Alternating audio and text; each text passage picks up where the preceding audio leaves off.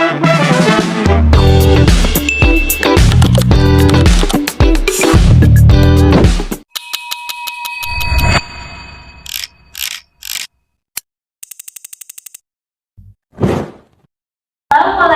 warahmatullahi wabarakatuh. Kami dari kelompok 3 yang beranggotakan Saya Ahmad Yasir dengan akhiran NIM 088. Saya Risma Adelia dengan akhiran NIM 083. Saya Risma Natasha dengan akhiran NIM 130. saya Ulama Yunda dengan akhiran NIM 127. Saya Kisah William dengan akhiran NIM 078. Saya Sirvini Indonesia dengan akhiran NIM 097. Saya Najlah Handali dengan akhiran NIM 084. Nah, di sini kami akan menjelaskan materi mengenai pajak penghasilan badan atau PPh badan. Baiklah, untuk pemateri pertama akan dijelaskan oleh Saudari Siti. Kepada Siti dipersilakan. Terima kasih kepada moderator. Materi pertama akan saya lanjutkan tentang rekonsiliasi fiskal. Nah, secara garis besar, BP Batavia merupakan bentuk nyata dari penerapan teori rekonsiliasi fiskal. Laporan keuangan komersial PT Batavia yang awalnya menghasilkan laba bersih sebesar Rp5.942.100.000 tidak langsung bisa dijadikan dasar untuk menghitung pajak penghasilan atau PPh badan. Hal ini karena adanya perbedaan tujuan antara akuntansi komersial yang mengajar kewajaran informasi dan ketentuan perpajakan yang berpatokan pada undang-undang. Oleh karena itu, penyesuaian harus dilakukan melalui dua cara. Yang pertama itu dengan penerapan koreksi fiskal positif. Berdasarkan teori ini, koreksi positif dilakukan untuk menambah laba fiskal akibat dilakukannya adanya biaya komersial yang tidak diakui oleh aturan pajak. Dalam kasus PT Batavia, koreksi ini terjadi pada 4 pos pengeluaran. Pos yang pertama, jam makan sebesar 6 juta rupiah. Biaya ini harus ditambah kembali ke laba karena tidak lengkap bukti pendukung atau daftar nonatif yang sah menurut ketentuan fiskal. Nah, pos yang kedua, sumbangan kegiatan amal sebesar 10 juta rupiah. Pos ini dikoreksi positif karena berdasarkan PPh 9 pasal 9 Undang-Undang PPh sumbangan di luar ketentuan khusus tidak boleh mengurangi penghasilan bruto. Nah, pos yang ketiga, biaya bensin sebesar 1 juta rupiah. Biaya ini dicoret karena bersifat keperluan pribadi yang melanggar prinsip biaya 3M, yaitu mendapatkan, menagih, dan memelihara penghasilan perusahaan. Nah, yang pos yang keempat itu PPh beban pajak penghasilan, pembayaran PPh final pasal 4 ayat 2 yang sempat dibebankan secara komersial juga harus dikoreksi positif karena pajak penghasilan itu sendiri bukan merupakan biaya yang dapat dikurangkan. Nah, cara yang kedua yaitu penerapan koreksi fiskal negatif. Cara yang kedua ini kembalikan dari cara yang pertama. Hari ini menyatakan bahwa koreksi negatif dilakukan untuk mengurangi laba fiskal karena adanya penghasilan yang bukan merupakan objek pajak atau sudah dikenai pajak bersifat final. Pada PT Batavia, penyusunan ini menyasar 2 pos pendapatan. Yang pos pertama, bunga deposit sebesar 50 juta rupiah. Pendapatan ini dikoreksi negatif karena merupakan objek PPh final, sehingga pengeluarannya dari hitungan PPh badan bertujuan untuk memberikan kemajuan ganda. Nah, pos yang kedua tentang dividen dari PT Cendekia sebesar 95 juta rupiah juga dikoreksi negatif karena berdasarkan ketentuan perpajakan yang berlaku pada kasus tersebut, dividen dikategorikan sebagai bukan objek pajak. Nah, sebagai kesimpulan dari materi pertama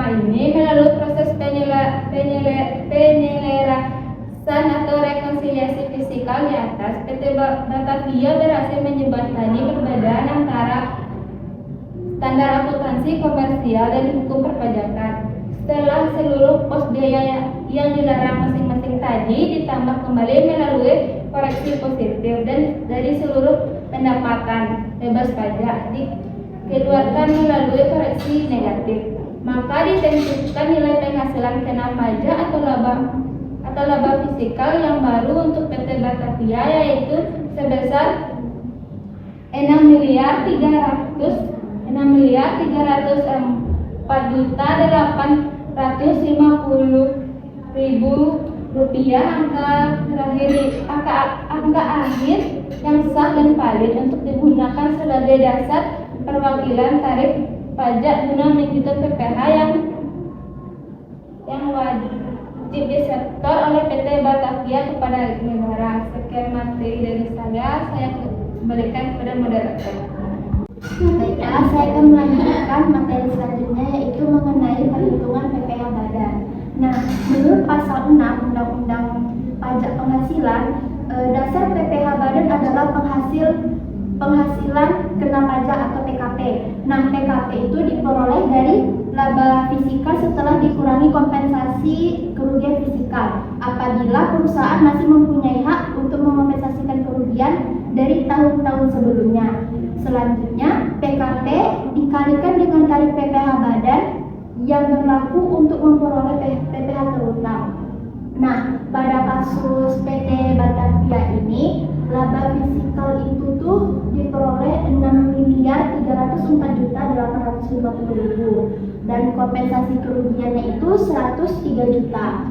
Lalu dikurangi dapat hasilnya itu adalah penghasilan kena pajak sebesar 6.201.850.000. Nah, selanjutnya itu penghasilan kena pajak dari bagian peredaran bruto yang memperoleh fasilitas pengurangan pajak itu sebagai berikut: 4.800.000.000. Lalu omset dari PT Batavia ini 25 miliar dikalikan dengan 6.201.850.000, dapatnya 1.190.755.200 rupiah.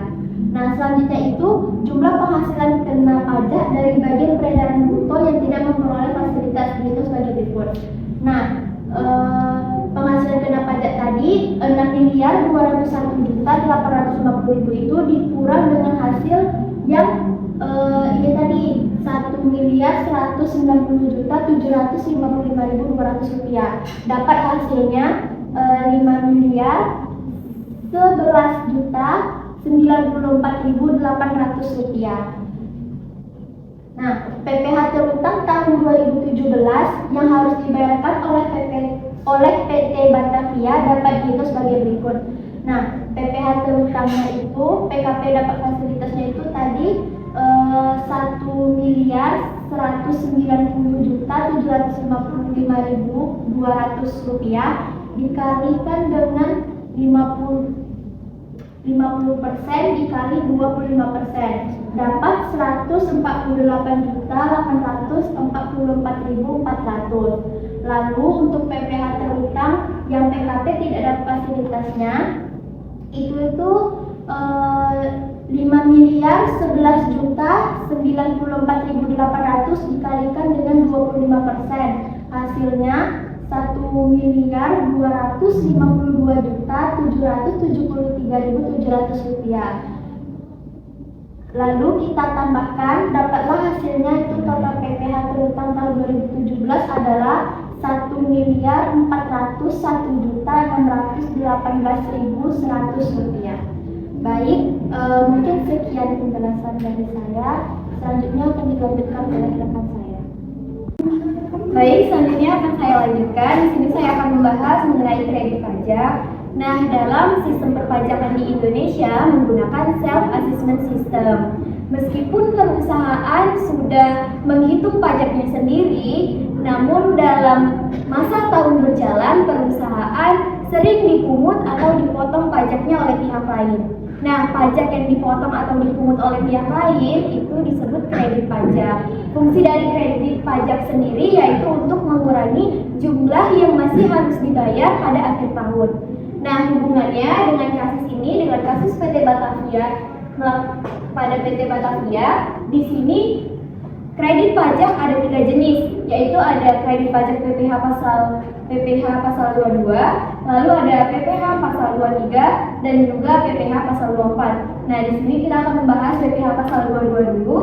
Di sini dapat 40 juta dari PPh pasal 22 didapat ini berasal dari impor barang, yaitu dengan uang muka PPh 22 sama dengan 2,5% tarif pajaknya dikali dengan 1.600.000.000 sama dengan 40 juta.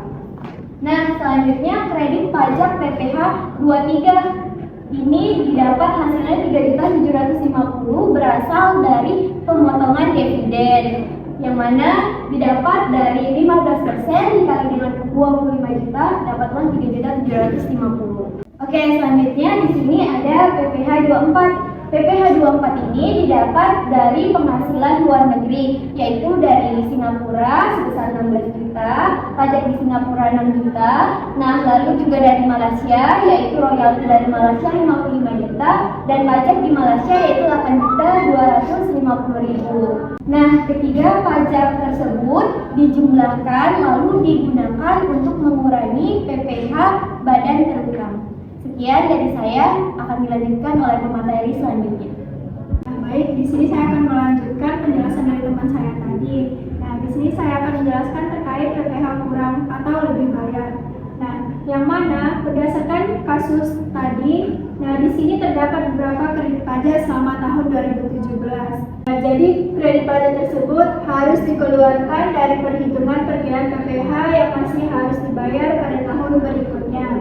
Jadi perhitungan perkiraan PPh yang masih harus dibayar adalah yang mana di sini terdapat PPh terutangnya tahun 2017 sebesar 1.401.618.100. Nah, kemudian dikurangi dengan kredit pajak yang mana PPh 22 impor di sini terdapat 40 juta, yaitu hasilnya dari 2,5% dikali dengan 1.600.000.000, maka hasilnya 40 juta.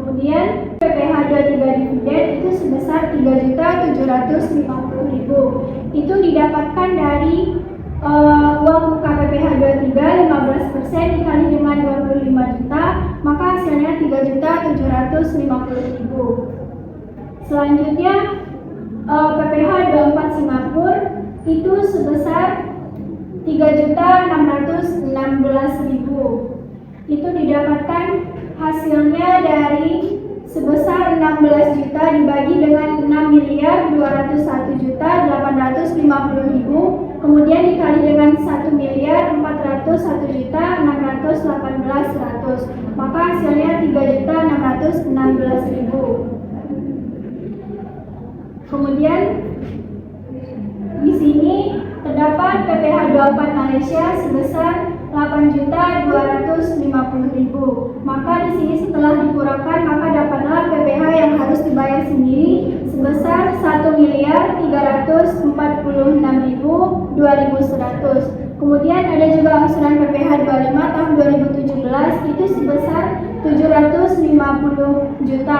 Itu didapatkan dari perhitungan keterangan pada soal poin yang 14. Jadi PPh kurang bayar pasal 29 di sini itu terdapat sebesar 596.200.100. Jadi terkait teori, dalam teori perpajakan, setelah PPh terutang dihitung, maka perusahaan harus mengurangi dengan seluruh kredit pajak yang dimiliki. Nah, misalkan di sini hasilnya positif, maka perusahaan mengalami kurang bayar atau disebut juga dengan PPh pasal 29. Namun sebaliknya, jika di sini kredit pajaknya lebih besar dibandingkan dengan PPh terutangnya, maka di sini perusahaan mengalami lebih bayar. Nah, terkait dengan contoh kasus tadi, karena di sini kita contohkan PT Batavia, yang mana di sini PPh terutangnya sudah dikurangi dengan seluruh kredit pajak dan juga dikurangi dengan PPh angsuran 25, maka di sini perusahaan mengalami kurang bayar sebesar 596.2.100. Maka di sini perusahaan harus melunasi pajak terutangnya sebesar 596.2.100.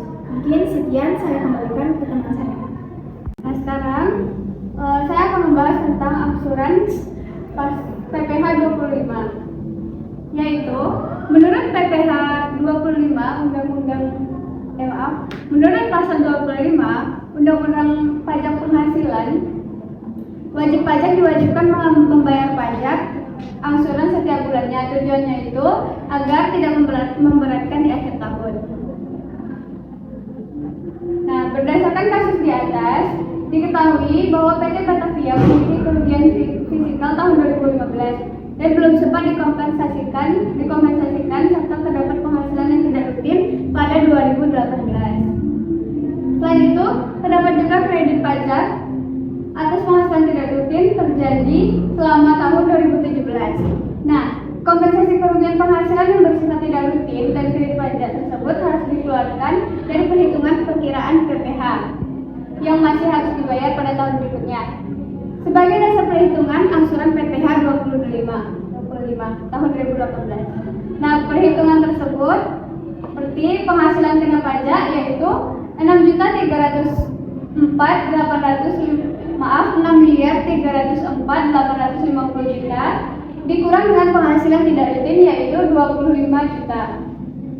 Hasilnya PKP sebagai dasar perhitungan PPh 25 yaitu 6.279.850.000. Nah, dengan demikian penghasilan yang dijadikan dasar PPh 25 adalah penghasilan yang rutin saja, sehingga penghasilan yang tidak rutin harus dikeluarkan dari PKP yang dijadikan dasar perhitungan PPh 25, termasuk nilai kredit pajak atas penghasilan tidak rutin tersebut.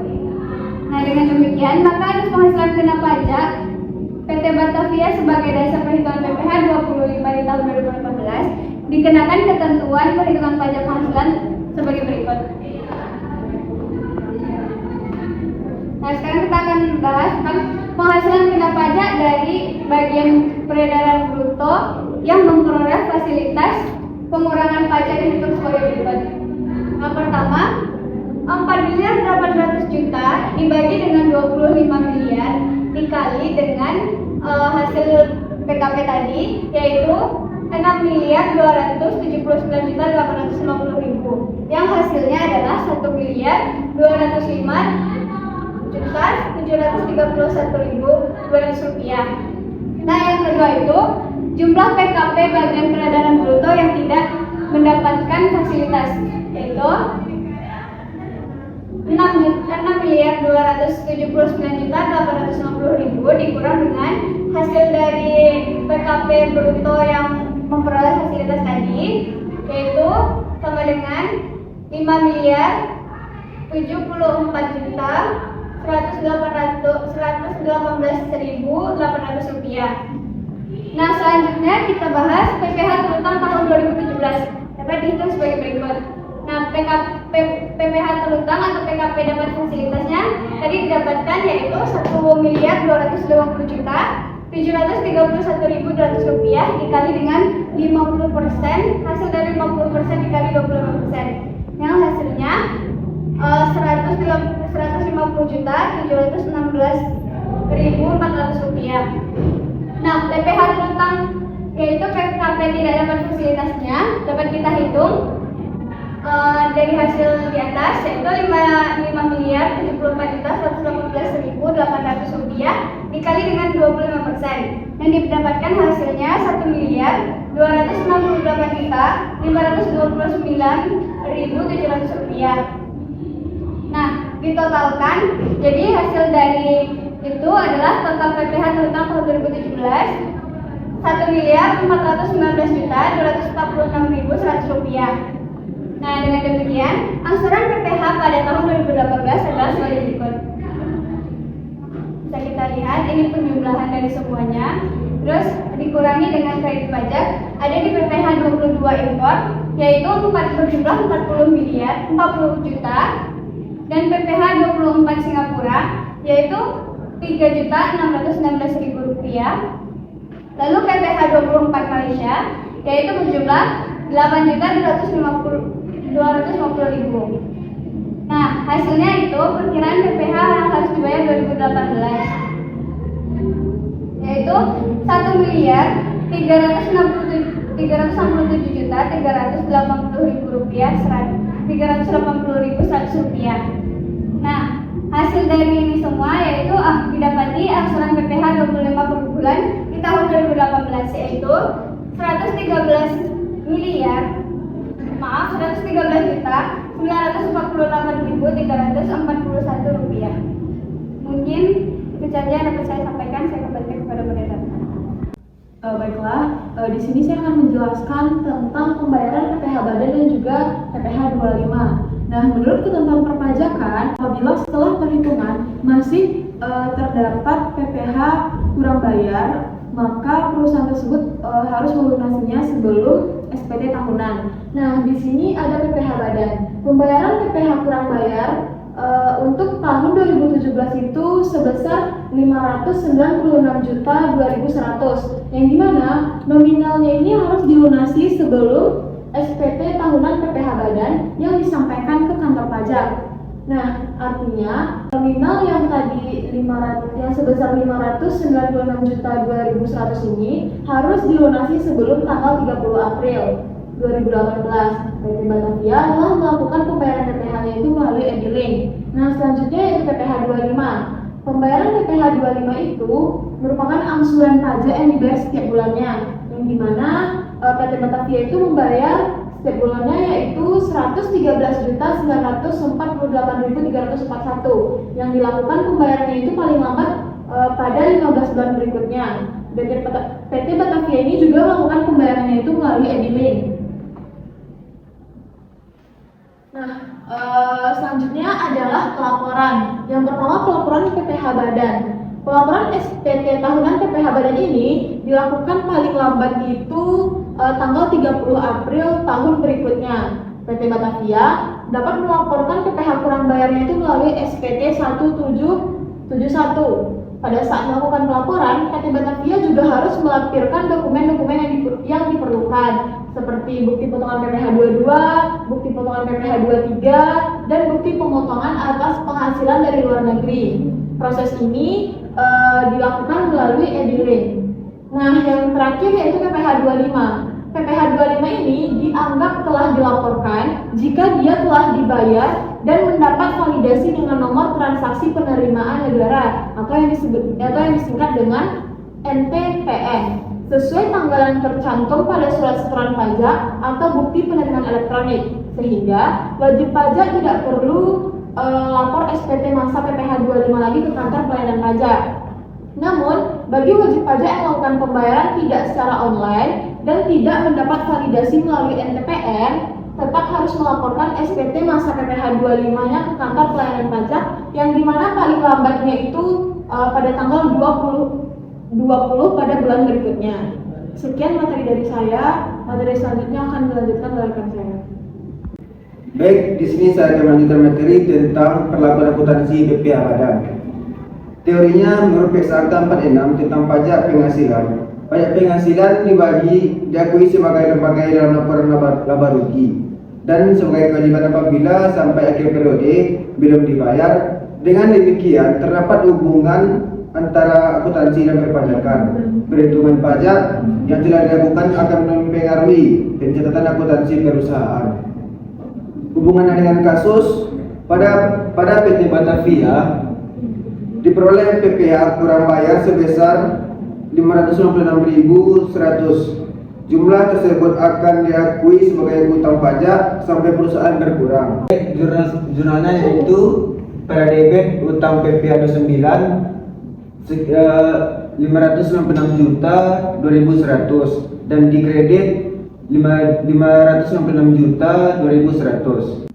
Nah, saat pembayaran angsuran PPh 25 bulan Januari 2018, di debitnya uang muka PPh 25 113.958.351.000 dan di kreditnya 113.958.351.000 rupiah.